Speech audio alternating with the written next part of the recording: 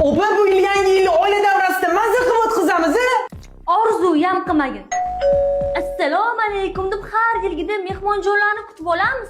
Ha, tekinxo'r qarindoshlaring o'zi qilmagan ovqatlarni sanikida yegani kelishadi. O'zi bu gadoylarni yoqtirmayman. Lekin odamdan yaxshilik qoladi. Yangi yil ko'pchilik bilan qiziq-ku, to'g'rimi? Mehmonlar ketgandan keyin yeysan.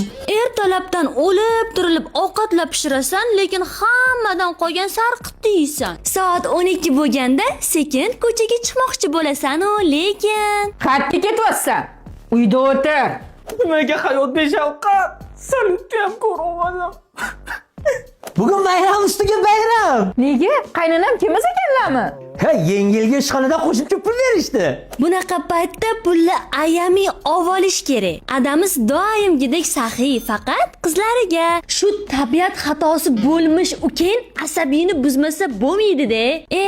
Bir tomondan shunaqa qarindoshlarni boriga ham shukr. Shular bilan aslida uyimiz nurga to'ladi. Bu degani har galam kelishligi kerak degani emas.